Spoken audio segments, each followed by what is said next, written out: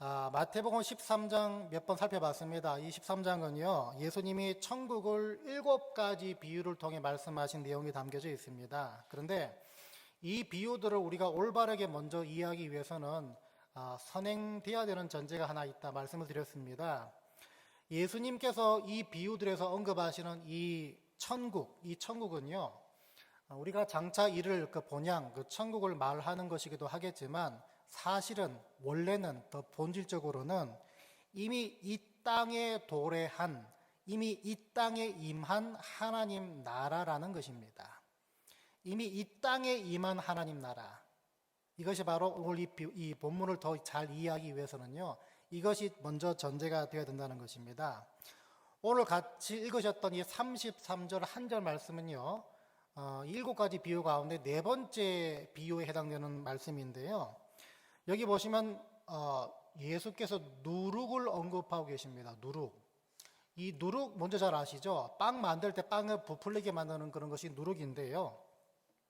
자, 빵을 부풀리게 만드는 그런 효과 때문에 성경에서의 누룩은요, 크게 2가지 의미로 쓰여지고 있습니다. 첫 번째가 부정적인 의미로 쓰여지고 있는데요. 예수님께서 이 천국은 여자가 가루 서말 속에 넣어서 부풀게 한 누룩과 같다 말씀하셨는데, 이 말씀을 세번역본에서는요, 이 누룩을 살짝 섞어 넣다라는 그런 말로 표현하고 있습니다. 살짝 섞어 넣다. 또 영어 성경 보시면요, 그 하이드란 말, 그 과거형으로 히드란 말을 쓰고 있죠. 그 하이드란 말로 또 쓰여지는 바람에 어떻게 보면 숨겨 넣다, 몰래 넣다, 이런 의미로도 해석이 가능합니다. 자, 그러니까 부정적 의미로서의 누룩이 과연 뭘 상징하나 생각해 보시면은 바로 부정적인 영향력을 상징하고 있습니다. 부정적인 영향력. 구체적으로는요, 이 개인과 교회에다가 옳지 않은 가르침, 왜곡된 복음, 이것을 전하면서 그릇된 영향을 주는 사람들을 지칭할 때 이 누룩으로 또 설명하고 있다는 것입니다.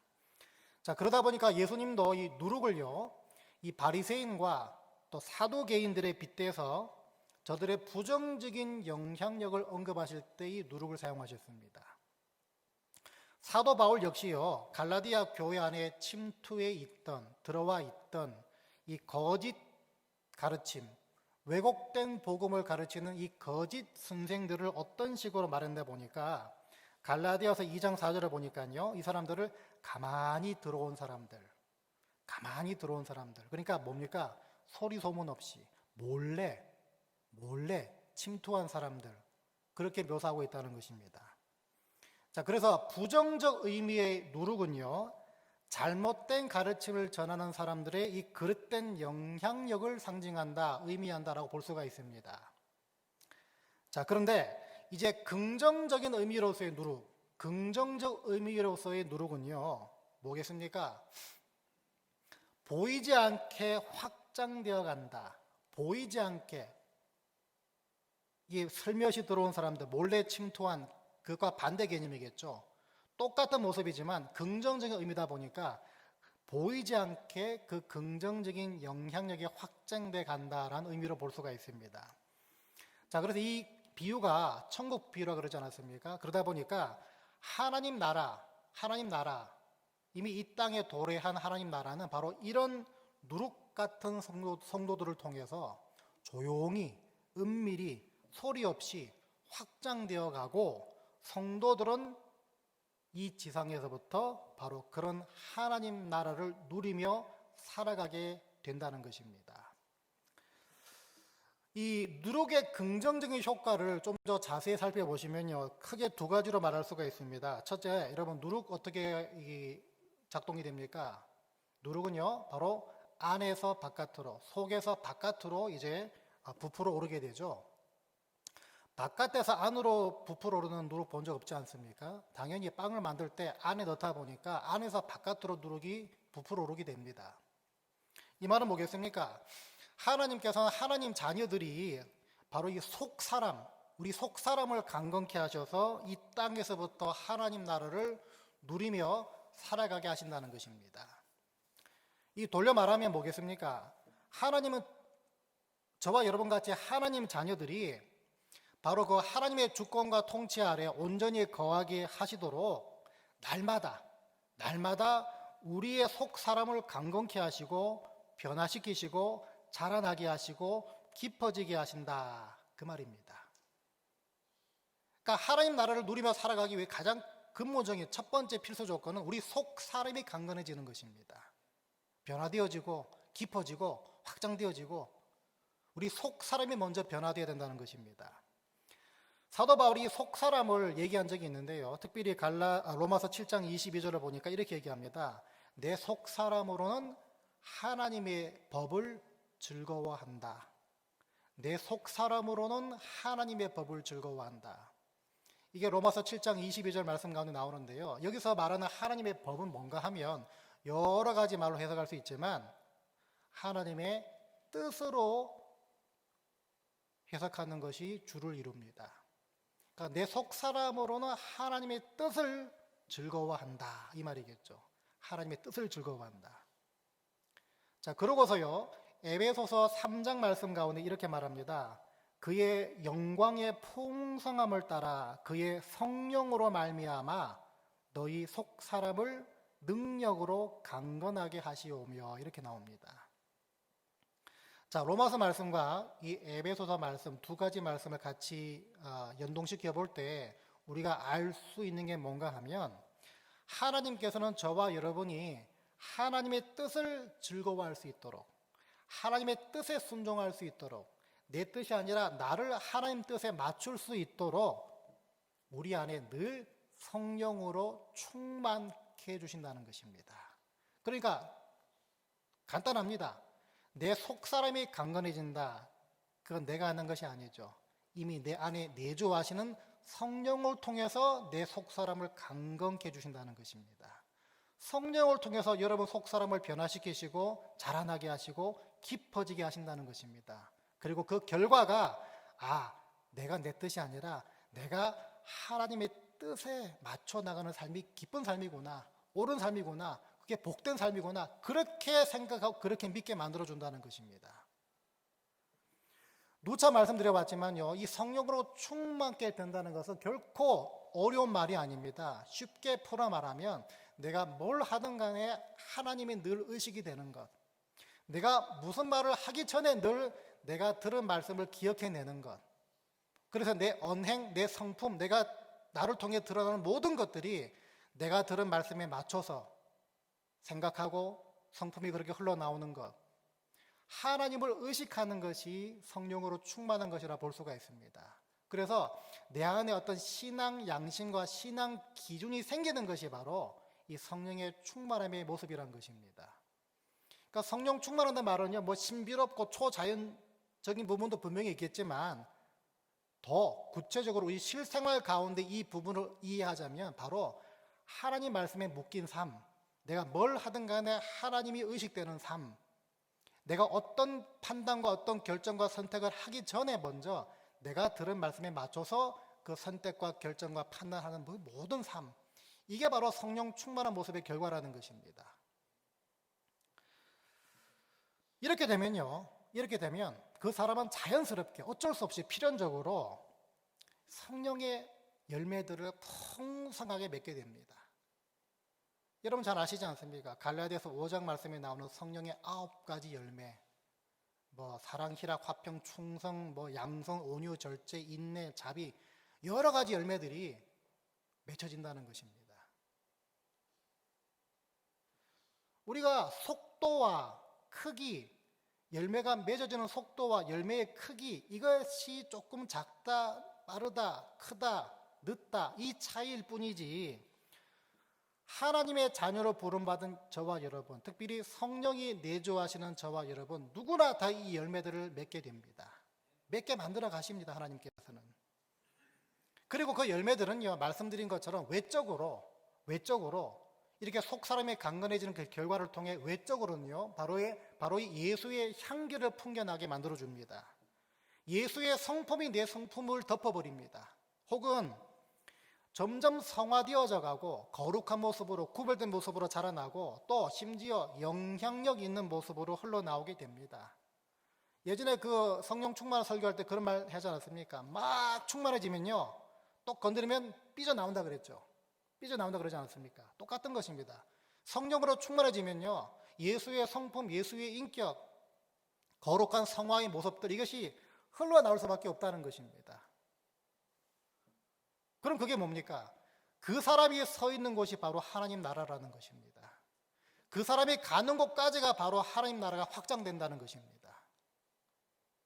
우리가 이 땅에서부터 이미 이 땅에 도래한, 임한 하나님 나라를 산다는 것이 바로 그 개념입니다.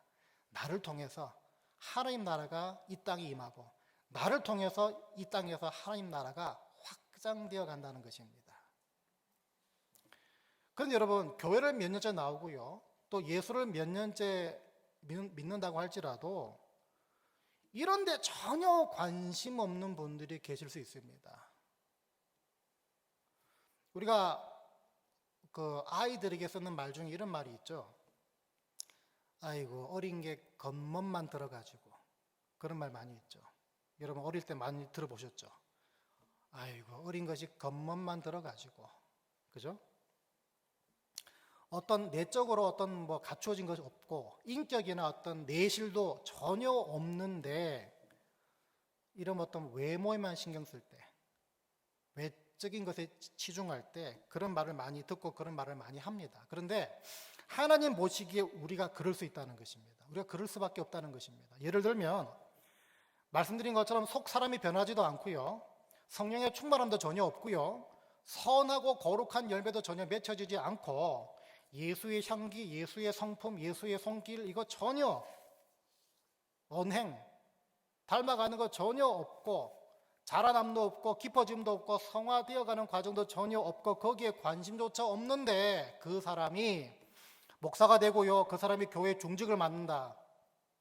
심지어 어떤 사람은요, 그런 거 전혀 없이 내가 그냥 단순히 큰 교회에 출석하고 있기 때문에 나는 큰 믿음을 갖고 있다, 큰 신앙이다, 내 좋은 믿음 갖고 있다, 이렇게 착각하고 산다면 그게 곧 뭡니까? 그게 바로 하나님께서 여러분 보시기에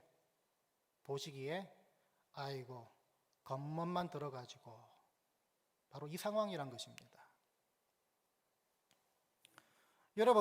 여러분들이 출석하고 있는, 섬기고 있는 교회가 크든 작든, 여러분들이 신앙생활 몇 년째 하고 계시든 뭐 금방 믿든, 나는 아직까지 속 사람이 강건하지 않고, 나는 아직까지 성령으로 충만하지 않습니다. 하나님, 그렇지만 나는 많은 성령의 열매를 맺고 싶습니다. 예수의 향기와 예수의 성품이 나를 통해 드러나고, 그런 드러남을 통해서 나를 통해 하나님 나라를 살고, 하나님 나라가 나를 통해 확장되기 원합니다. 저와 여러분들은 항상 이 부족함, 여기에 항상 죄송해야 될 줄 알고, 부끄러워할 줄 알아야 되는 것이고, 또 목말라 해야 합니다. 왜냐하면 지금 이 시대가 교회 손가락질 하지 않습니까? 이 시대에 교회가 손가락질 당하는 것은요, 결국에는 이런 의식의 결여, 이런 의식이 결여되는 것으로부터 오기 때문입니다. 그러니까 성령의 어떤 그 인도와 그 충만함으로 살지 않고 그냥 내 마음대로 살다 보니까 성도가, 교회가 욕을 먹는다는 것입니다. 이 의식이 결여된 결과 아니겠습니까? 여러분, 졸부라는 말 들어보셨죠? 졸부. 갑부가 아니라 졸부. 뭡니까? 돈은 많은데 벼락부자가 됐는데, 그 돈을 쓰는 어떤 실력, 그 돈을 씀을 통해 나타나는 어떤 인격, 성품, 이게 전혀 아니올시다. 이럴 때 그 사람을 졸부라고 부르지 않습니까? 그런데 똑같습니다. 하나님 자녀라는 엄청난 신분을 얻게 됐는데 여전히 내 삶은 그 신분에 걸맞지 않는 삶을 살고 있다면 그 사람은 뭡니까? 바로 졸부 같은 성도가 될 수밖에 없다는 것입니다. 하나님은 우리가 빛의 자녀로 살기 원하시지 결코 졸부 같은 자녀로 살기 원치 않으십니다. 우리가 매 순간 이걸 의식하며 살아야 합니다. 하나님, 나를 말씀으로, 성령으로 충만케 하시고, 하나님의 생각으로 충만케 하시고, 성령의 열매들로 충만케 해주세요. 그래서 속 사람이 강건하게 만들어주세요. 이럴 때 선한 영향을 주는 긍정적 의미의 누룩 같은 성도들이 될 줄 믿습니다. 이 강구가 흘러넘칠 때 그런 삶을 실제로 살 수 있게 되는 것이고, 여러분은 거기서부터 하나님 나라를 살게 되는 것입니다. 바라기는 여러분의 속사람을 마땅히 채울 것으로 채우셔서 결국에는 가정과 생업의 현장과 여러 관계들 속에서 하나님 나라를 누리시고 사실 뿐만 아니라 예수의 향기와 예수의 성품을 확장시켜 나가는 하나님의 사람으로 늘 살게 되시기를 주의 이름으로 부탁을 드립니다. 아멘. 예. 약발이 점점점 이게 참. 자, 마지막 누룩의 두 번째 긍정적인 특징이 있는데요. 이 누룩이 어떻게 작동이 됩니까? 누룩은요, 빵을 부드럽게 만들어주고 부풀게 만들어주면서 결국엔 본인은 사라집니다. 스르르 사라지죠. 여러분, 빵 뜯어 잡수실 때 보면 누룩 그냥 그대로 있는 거 보셨습니까? 보이지도 않죠? 다 녹아 없어지지 않았습니까? 빵 속으로 다 스며들어가지 않습니까? 자신은 스며들고 자신은 이 부풀게 만들어주는데 정작 본인은 없어집니다. 사라집니다. 예수께서요, 없어서는 안 될 효과를 주면서 동시에 자신은 소멸되는 대표적인 두 가지를 마태복음에서 말씀하신 적이 있는데 뭡니까? 바로 소금과 빛이죠. 소금과 빛. 이 빛에 대해서는 이 성탄 전야 촛불 예배 때 이미 말씀을 드렸습니다. 불은 태워져야만 빛이 될 수 있고 소금은 녹아져야만 짠맛이 될 수가 있는 것입니다. 그러니까 소금과 빛의 공통점이 뭔가 하면요, 자신은 사라지고 소금을 넣고 불에 태운 사람만 남는다는 것입니다. 자신은 완전히 사라지고 소금을 넣은 사람, 그리고 불 태운 사람만 그 자리에 남는다는 것입니다. 이게 뭘 말해주는가 하면요, 저와 여러분이 하는 모든 일들에는요, 여러분 자신이 그 자리에 남는 게 아니라 바로 하나님의 이름만 남아야 된다는 것입니다.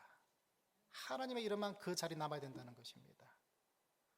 여러분, 그래서 성도들이 이 지상에서 하나님 나라를 살고 있다는 증거는 뭐겠습니까? 어떻게 찾을 수 있습니까? 그 사람이 지나간 곳에 늘 하나님의 이름만 남는다면 그 사람은 하나님 나라를 누리며 살고 있다는 증거입니다. 우리가 매 주일마다요, 10시 45분부터 저 소예배실에서요, 예배를 위한 기도 모임이 매 주일마다 있습니다. 여러분, 매 주일 예배를 위한 기도 모임 할 때 그 자리에서 기도하는 제목 여러분 혹시 아십니까? 기도 제목 하나하나 제가 불러드리면서 그 자리 참석하신 모든 분들이 그 기도 제목에 아멘으로 화답하십니다. 그 기도 제목 리스트를 여러분 들어본 적 있습니까? 대부분이 없으시기 때문에 이 기회를 통해 한번 말씀을 드리겠습니다. 잘 들어보세요, 여러분. 이렇게 기도합니다. 오늘 예배 자리로 나온 모든 성도들이 순종하는 삶에 늘 실패한 죄인의 심정으로 주님 앞에 서게 해주시옵소서라고 기도합니다. 아멘 하시고요. 주님의 용서와 우리를 불쌍히 여기심을 구하는 자로 주 앞에 서게 해주시옵소서 하고 또 아멘 합니다. 우리를 정결케 하시고 우리를 회복시켜 주셔서 우리의 근심과 눈물을 닦아 주시는 예배가 되게 해주시옵소서라고 기도할 때 또 아멘 하십니다.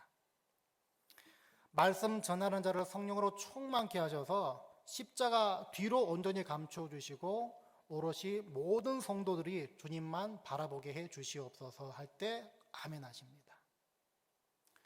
순서 맡은 자, 봉사하는 자, 말씀 증거하는 자 모두 다 주님 앞에 겸손하고 주님을 경외하는 마음을 갖게 하시고 이 사실에 깨어있는 모습으로 예배 드리게 해 주시옵소서 할 때 또 아멘 하십니다.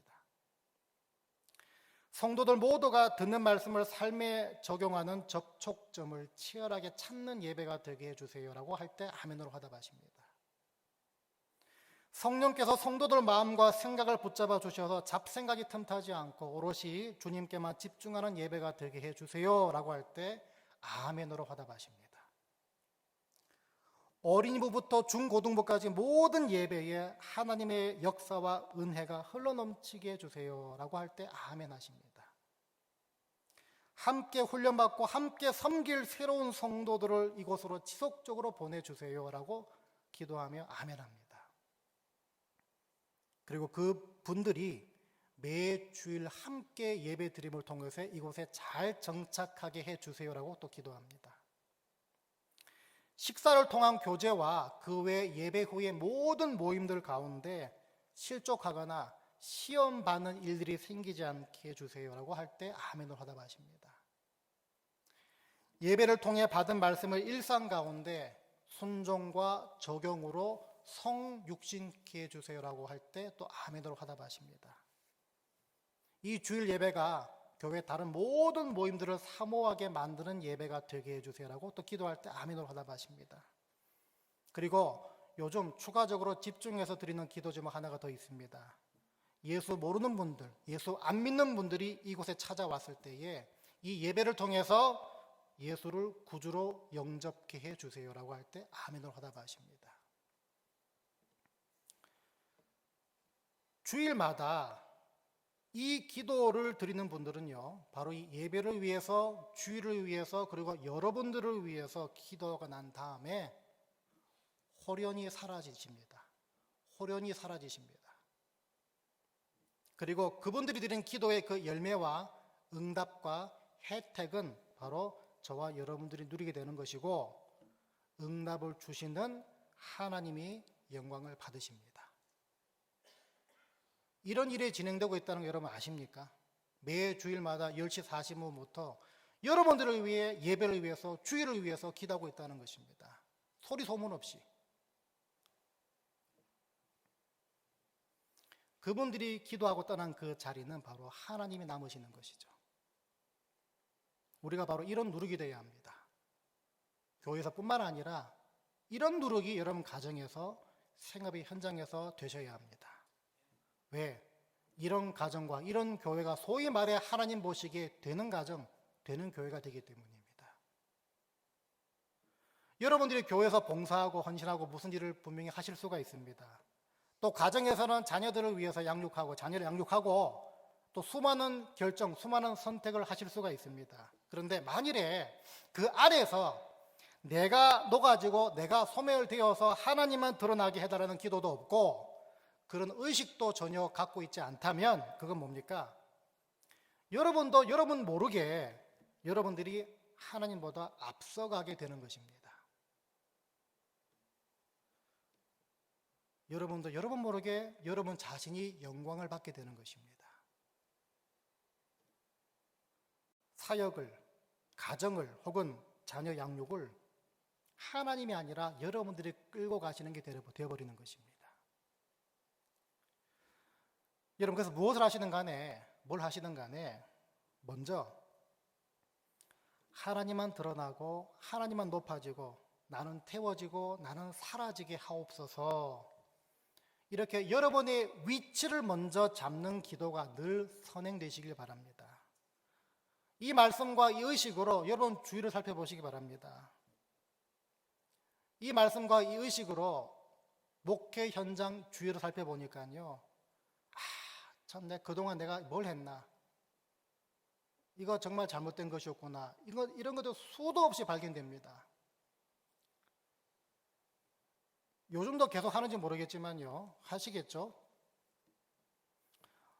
우리가 성가대 연습 마치고 여러분들이 본당으로 이동하기 전에 제가 초창기 부임했을 때 몇 번 그랬는데요. 성가대 연습 마치자마자 여기 이동하기 바로 그 사이에 우리 성가대원들, 제가 성가대실 들어가서 같이 기도했습니다. 요즘도 하시겠죠? 뜨끔? 하셔야 됩니다. 우리가 너무 바쁘고 너무 하는 일이 많아가지고 이걸 많이 놓쳐봤어요. 저도 그렇고요. 이거 여러분 뭘 하든 간에 이게 확보가 안 되면요, 그냥 하기 바쁘지 그러다 보면 내가 드러납니다. 하나님이 드러나는 것이 아니라, 하나님이 남는 것이 아니라 내가 남게 되는 것이에요. 찬양팀도 마찬가지입니다. 기도 먼저 하는 시간을 확보하시기 바랍니다. 하셔야 됩니다. 심지어요, 주방에서 우리 매주마다 식사당번 조가 팀이 있지 않습니까? 주방에서 식사당번 여러분 식사 준비하실 때 그 전에 먼저 기도하시기 바랍니다. 같이 기도하시기 바랍니다. 같이 기도하셔야 합니다. 이건 제 잘못인데요. 우리가 성찬식 준비한 날에도 사실은 저 탕비실에서 성찬 준비하는 분들과 함께 기도했습니다. 근데 어느 순간부터 이게 다 사라져 버렸어요. 저는 저 하는 일 하기 바쁘고 다른 분들은 또 다른 분들 하는 일 바쁘기 때문에 그냥 하기 바쁘지 준비가 없었다는 것입니다. 그러다 보니까 내가 하기 바쁘지 하나님 하시기 바쁜 게 아니게 된 거예요. 내 이름이 뒤에 남는 것이지 하나님이 남는 게 아닌 게 돼버린 것입니다. 어떤 행사를 준비할 때 다 마찬가지입니다. 어떤 봉사할 때도 마찬가지입니다. 그때 우리가 먼저 기도해야 될 제목은 똑같습니다. 하나님, 나는 사라지고 하나님만 남게 해주세요. 하나님만 드러나게 해주세요.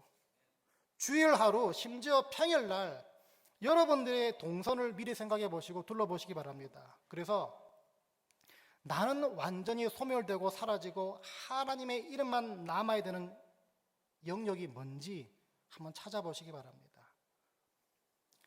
하나님 나라는요, 바로 이런 곳입니다. 내가 남는 것이 아니라 하나님만 남는 것이 하나님 나라입니다.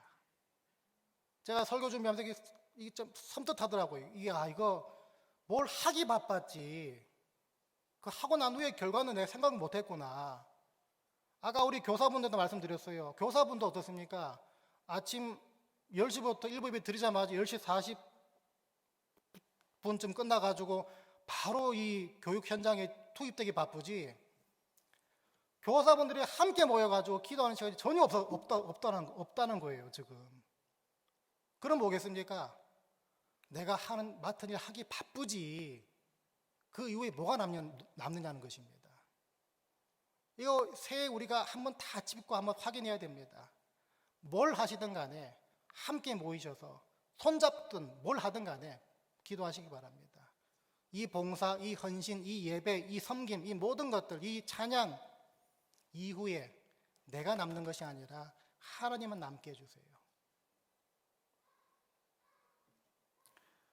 결국 여러분 이 땅에서부터 이미 천국 같은 가정, 이미 천국 같은 교회, 이 하나님 나라를 어떻게 누리게 됩니까? 하나님이 여러분 안에 하나님의 영으로 충만케 하셔서 속 사람을 변화시키시고 속 사람을 강건케 하시고 속 사람을 자라나게 하시고 깊어지게 하셔서 주위에 예수의 향기와 예수의 성품을 흘러가게 하신 걸 통해서 하나님 나라를 우리로 하여금 살게 하십니다. 그리고 하나님의 거룩하고 선한 영향을 끼치는 인생을 살게 하시면서 하나님 나라를 누리게 하십니다. 동시에 나는 소멸되고 하나님의 이름만 남는 일에 열심을 내는 사람들이 바로 그 하나님 나라를 사는 줄 믿습니다. 이걸 구하셔야 합니다. 이걸 구하셔야 합니다. 다른 건 몰라도 하나님 이것만큼은 응답해 주십니다. 바라기는 긍정적인 의미로서의 누룩들이 다 되셔서 이 지상에서부터 하나님 나라를 열심히 경험하시고 열심히 사시고 열심히 누리게 되시기를 주의 이름으로 간절히 축원드립니다.